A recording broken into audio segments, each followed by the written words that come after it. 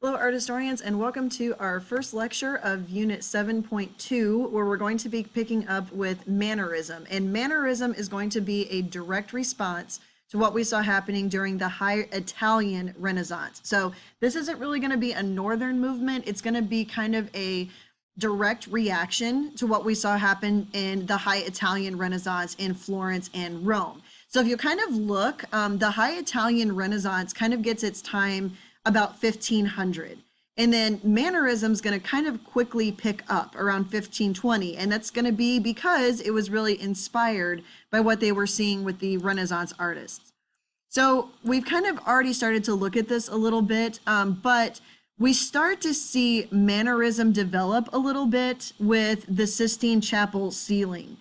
So with Michelangelo, when he starts doing like the Delphic Sibyls and some of the border figures that we see in the Sistine Chapel ceiling, his style starts to become geometrically sharp. It's starting to become a little bit more fluid, a little bit more moving, and that's going to be kind of a little bit of a first step towards Mannerism. And if you look here, here's two Mannerist works, and at first glance, they may just appear to be Renaissance works of art. But when you start to look a little bit closer, you start to see that things don't necessarily look right. And it's not that they couldn't look perfect. We've already seen that from the naturalism and idealism we saw in the Renaissance, but this is almost like these artists are taking what the Renaissance did and starting to play with it and literally bend and break and twist the rules that the High Renaissance had come up with. These are just a couple other examples of Mannerist works of art. And if you take a second to look at them, you can start to kind of see that it almost seems deliberately done to kind of be off in certain ways. So when we talk about Mannerism, there are some art historians who call it like the late Renaissance. Like it's basically like the end of the High Renaissance. But a lot of art historians, and this is how I kind of feel that this is kind of a distinct movement. It is in its own distinct style and movement. So really we're going to start to see this rise after the death of Raphael, who very much was like a Da Vinci, that there was a process, that everything needed to be balanced and geometrical and beautiful in that balance. And then there's Michelangelo, who's going to live long enough to see his own style almost go out of favor. And he starts to kind of move in this Mannerist direction, like he almost changes it up a little bit. So it's called the Manera, which is in the manner of, and that kind of means that this is a deliberate manner. And instead of following that strict naturalism and observation and perspective that we see developed in Italy and even in the North, we start to see them break those chains and break those rules that we saw the High Renaissance develop. So we see that it says they broke the fetters and chains that had earlier confined artists to traditional forms. So almost moving away a little bit from that classical past. So when we look at the High Italian Renaissance, we call Da Vinci and Michelangelo and Raphael the great masters. And that kind of implies that they've mastered this. Their version of what beauty is and their styles and their techniques of mastering naturalism and, you know, perfection in a very natural way, like they've mastered it. So if any artist from this point on are going to get any recognition, they have to do something different. They have to stand out. They have to go new directions. So the Mannerists are almost like the bad boys of arts. Like they're going to choose to do things that don't necessarily adhere to the rules. And this is very important to understand, that we don't necessarily just mean the rules of form, but it can also mean rules of content in terms of what was considered appropriate or proper in terms of how you would show particular scenes. So again, if the High Renaissance is this standard of perfection and mastering the classical past and moving beyond that to really truly master naturalism and humanism, then where do you go from here? And so if the Italian Renaissance is about harmony and balance and geometry and everything making sense, then Mannerists are going to be all about disharmony, colors that clash, compositions that don't go together, things that are off balance, twisting forms instead of, you know, the geometric or pyramidal shapes.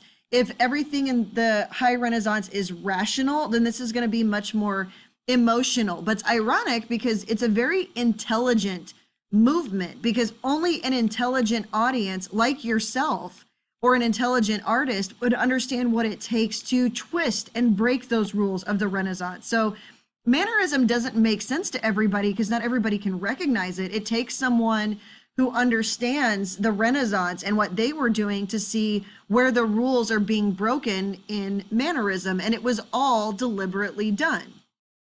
Now, let's talk context a little bit, because there are going to be some major events that are happening that are going to impact the way that Mannerist art looks. And one of those is going to be after the Protestant Reformation. So we really saw the Protestant Reformation in 1517, and this is starting really in 1520.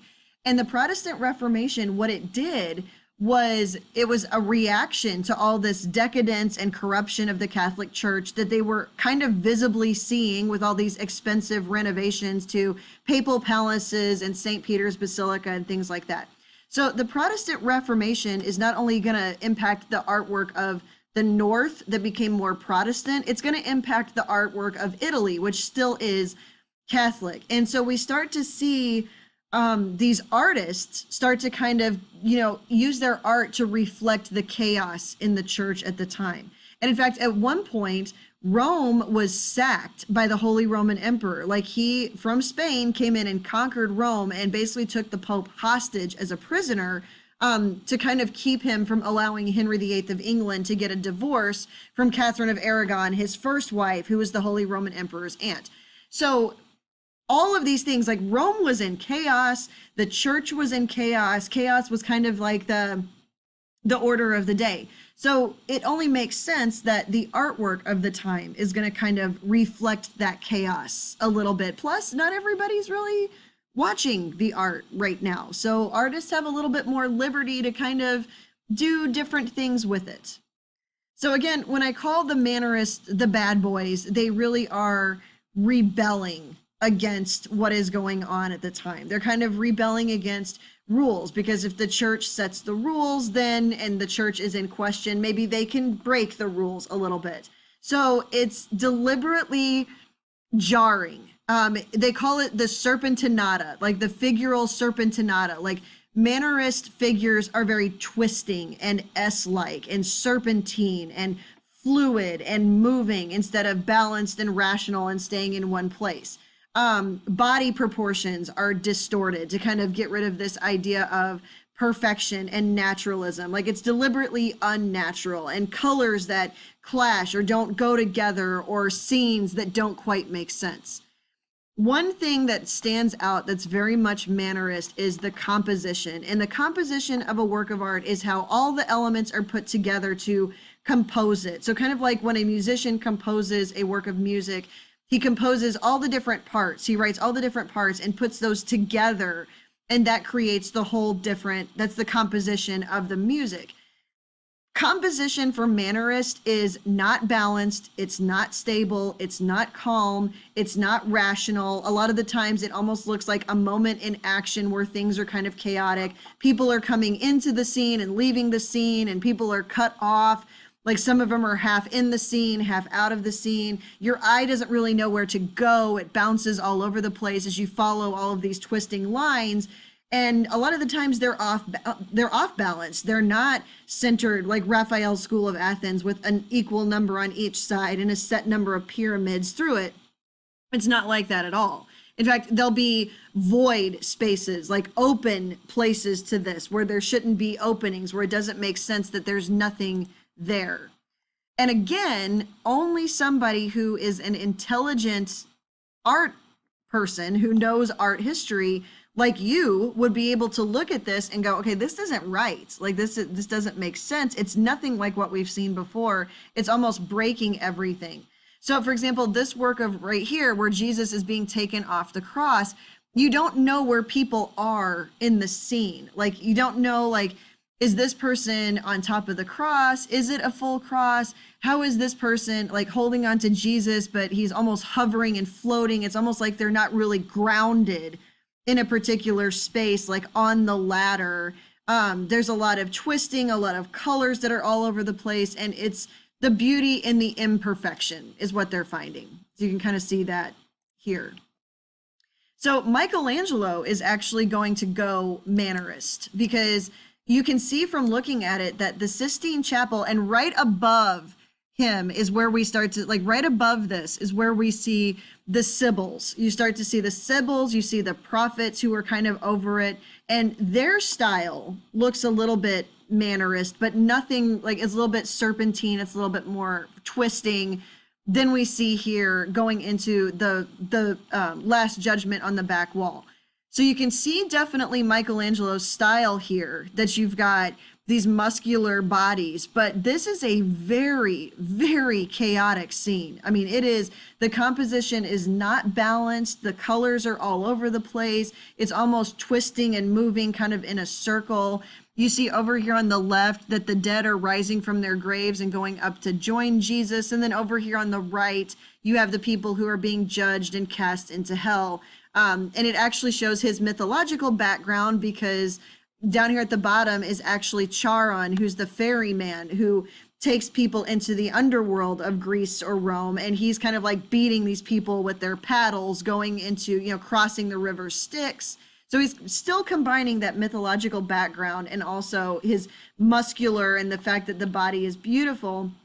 But during this time, Michelangelo would have been influenced by the fact that the Reformation has happened, the church is in question, the Ottoman Empire was getting closer and bringing the Turkish world and the Islamic world closer. And it was kind of like, you know what, all of this is for everybody. Like there's danger for everyone. And he wanted this to be an idea that of judgment that spoke to everybody. So this is in 1994, Pope John Paul III kind of gave a speech about this, or gave a sermon about it. And if before the Last Judgment we are dazzled by splendor and fear, admiring on the one hand the glorified bodies, and on the other side those subjected to damnation, we also understand that the entire vision is deeply permeated by one light and one logic, the light and logic of the faith that the church proclaims. So it's looking at all of this, it speaks to everybody. Like it's one idea universally recognized to everyone. It's not like Giotto's Last Judgment on the Arena Chapel, where it seems very European. This is for every single person. And you can see here that if you look at the ceiling and how composed and balanced it is, and then you take a look at Last Judgment, where it's got these open spaces and there's almost this opening in the middle, and it almost looks like a face looking at you, judging you, then you can definitely see that Mannerist style that is changing.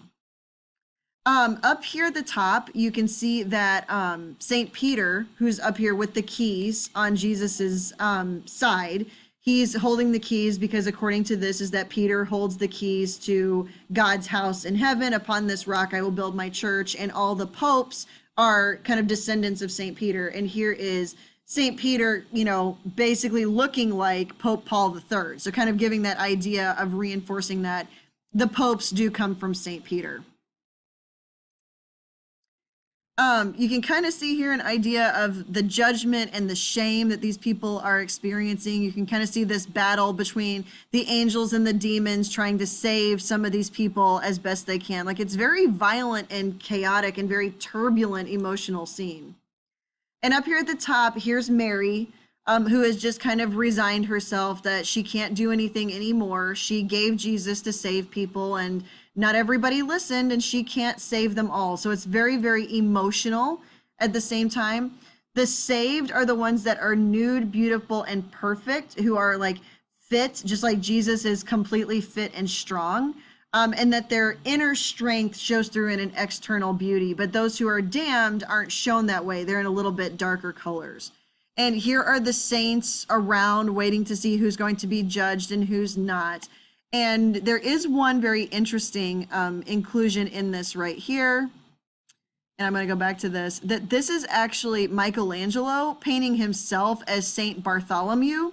And Saint Bartholomew was skinned alive. So here he is holding his own skin. And this is actually a commentary on the fact that he felt that he was being skinned alive by his critics for the way that he was painting, including the church. So he kind of made a passive aggressive, you know, message to that, because that's Michelangelo. Now, this is kind of interesting that when the Catholic Church starts trying to kind of redeem their image a little bit and make themselves look better after the Protestant Reformation, they were kind of shocked by the fact that there was all this nudity in the Last Judgment, which it had been there for a minute, so this is nothing new. So what they decided to do is try to start putting pants on the figures within the Sistine Chapel ceiling.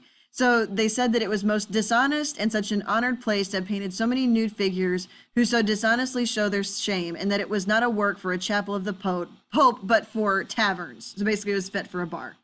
The controversies that continued for years led in 1564 to the decision by the Council of Trent, which is the Catholic Church's meeting to try to kind of clean up their image a little bit, to have some of the figures of the judgment that were obscene covered.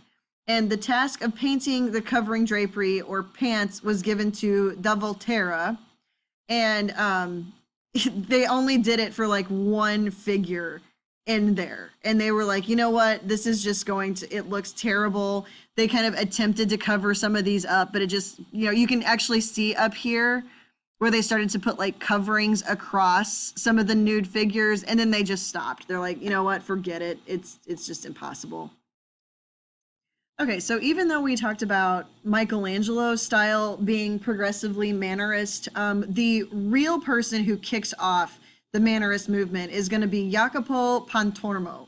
And Pontormo's work is really what starts to kind of set the Mannerist style in motion. And it's possible that he may have studied under Da Vinci and then kind of realized that, you know what, if I just keep copying my master, then nothing is really going to come of this. So he kind of starts to go a little bit of a different direction. And so you can see here, you have kind of like what Da Vinci would do in one of these portraits, where it's that pyramidal shape a little bit, even though it kind of bleeds off, like it almost leaks out of the triangle a little bit. But her neck is elongated and her fingers are elongated, and the proportions of her body just don't seem right. And it's almost like deliberately done that way. So here's part of the background of this, that Pontormo was actually a little bit of a hypochondriac. He was absolutely terrified of death and had this extreme paranoia of it. So one of the things he did is actually build a very tall house that could only be accessed by ladder, and he would pull the ladder up after himself after he got inside. And so it's kind of thought that it might have actually been the mental illness that Pontormo was struggling with, like this paranoia and madness and kind of off thinking, that may have influenced his Mannerist style. So things don't really make sense, just like his fear doesn't really make sense. Like the composition is off and the perspective doesn't make sense and the figures don't look right. And it's just very unsettling and doesn't really work.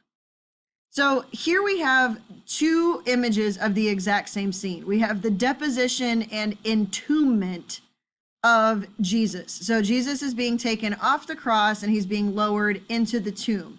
Now on the left painting, which is High Italian Renaissance, that makes sense. You can see the cross up on the hill on Golgotha. Yes, they're definitely wearing like recent modern clothing, right? But the scene is understandable, recognizable. You're taking Jesus down off the cross. People have emotions and are mourning. But then you look over to the right and it's the exact same scene that is done by Pontormo. And none of this makes sense. This is a terribly sad moment. And the only thing that conveys that is the faces of the people who look worried and stressed and scared and sad.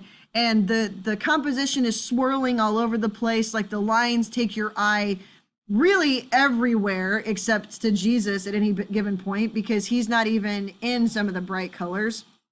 And the colors don't make sense. Like they kind of clash. They don't really go together. And they're more like Easter pastel, like happy colors than sad or depressed. And if this is Jesus being taken off the cross and put into the tomb, there is no cross.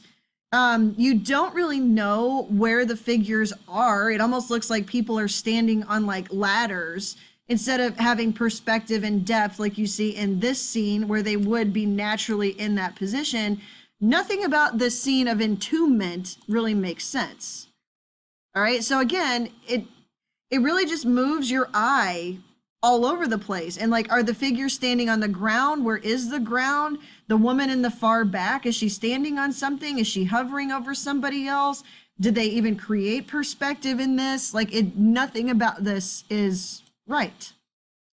Now, I do want to show you this painting. Entombment for the 250 is this one that we just talked about, is for the 250, right? So this one's required for the course content. This one is not. This is actually by a Mannerist artist called Bronzino. And Bronzino actually created this painting for the King of France, and I'll explain in a second. But it's called Venus, Cupid, Folly, and Time. So folly is like a mistake, right? And time is self-explanatory. And Venus is her son, and then there's Venus, and then Cupid is her son. So this particular scene right here, if you look at it, it's twisting, it's off balance. You don't know quite where hands are coming from. Like this girl behind Cupid who's throwing, or this little cherub who's throwing these angels. Cupid's actually the one right here next to Venus who's about to give her a kiss.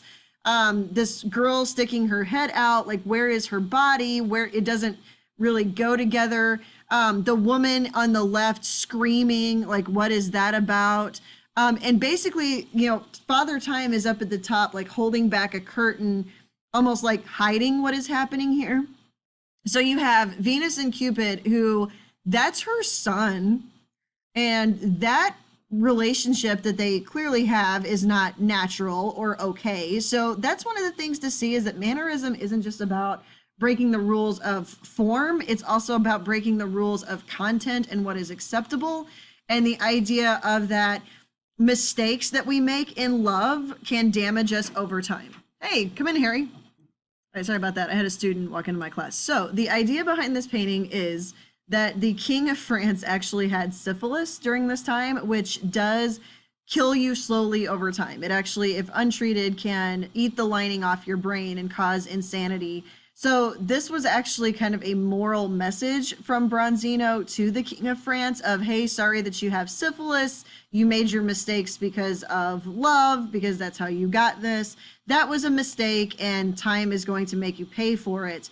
So the content doesn't make sense in terms of like being natural, because that's a mother and child. And then you also have the fact that the form doesn't make sense. The composition is off, the placement of characters, the things that you're seeing, you don't quite know where body parts go, where they belong.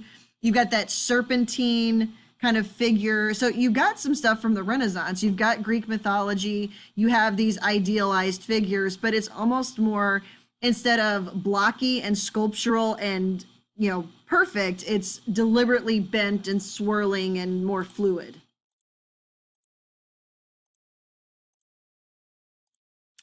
All right, so moving on from here. So this is just another example of a Mannerist work of art. This is Parmigianino, which is Madonna of the long neck, because pretty much all the proportions in here don't make sense. Her weight distribution doesn't make sense. The baby doesn't look like a baby. He looks like a toddler. Doesn't really make sense. The perspective is off. We don't know if this guy in the bottom is just a tiny guy or if it's far away, but that doesn't really make sense because of the column in the background that doesn't really work. The setting doesn't really work. None of this works. Like, it's definitely got that at first glance Renaissance look to it, but like only one foot is resting here. Like, is she balancing on a stool? We're not even really sure. People are cut off in the scene. So eventually, because a lot of these Mannerist artists are like playing with traditional scenes, that because of the like Protestant Reformation actually started to get some of them in trouble during this time. So in 1545, we get this event called the CounterReformation, which is the Protestant Reformation was the Martin Luther trying to reform the Catholic Church, and whenever it wouldn't change, they broke away and became Lutheran, and then from that you get Baptist, Methodist, Presbyterian, etc. So the Pope Paul III called for a counter-reformation, which is, okay, if that's their move, we're going to counter this with trying to fight back against the Protestant Reformation and do some things to kind of restore our image. Now remember, Protestants, as we learned in our last unit, don't really like religious art. They think it's kind of idolatry. So therefore they decided, they wanted a lot of that gone. The Catholic Church isn't going to let go of that. Art is a big part of what they use in worship. So the Counter-Reformation started to say, okay, we can keep the religious scenes, but we need to make sure that we're doing them in the right way, so that we make sure that we look like we're on the right path for what we're supposed to be doing as good Christian people. And obviously some of this Mannerist work was not. It was almost like corrupting some of these religious scenes, like the Madonna of the Long Neck. Like, it's distracting from the message. Like, you're distorting Mary. It's not the right message. So what we start to see happen actually is the Catholic Church starts to kind of snap back against the Mannerist movement, because the Mannerists were making the church look bad, even though they were Catholic artists.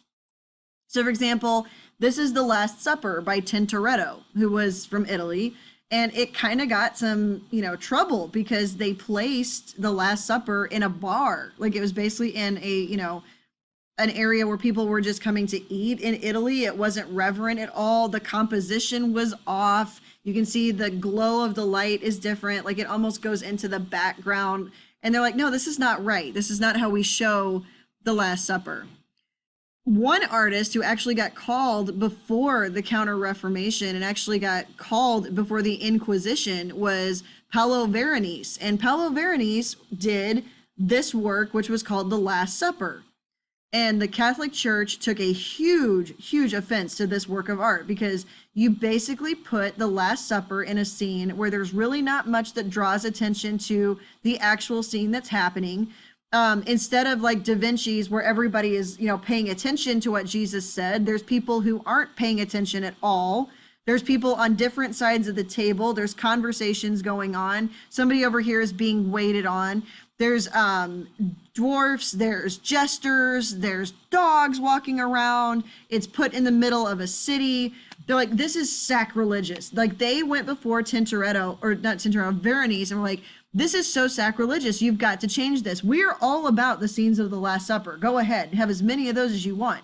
But this makes the church look bad. You have to stop it. So Paolo Veronese said, okay, fine, I'll change it.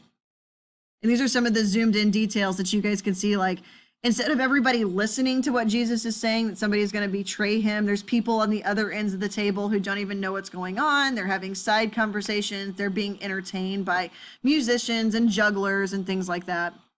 So Paolo Veronese was like, okay, fine, I changed it. He didn't change the work at all. He just changed it to The Feast in the House of Levi and completely changed the title of it, so that way he could keep the painting and make the Catholic Church happy. And this is just going to be the beginning of the Catholic Church having a major influence over art as a way to redeem their image, which we're really going to see when we move into Baroque.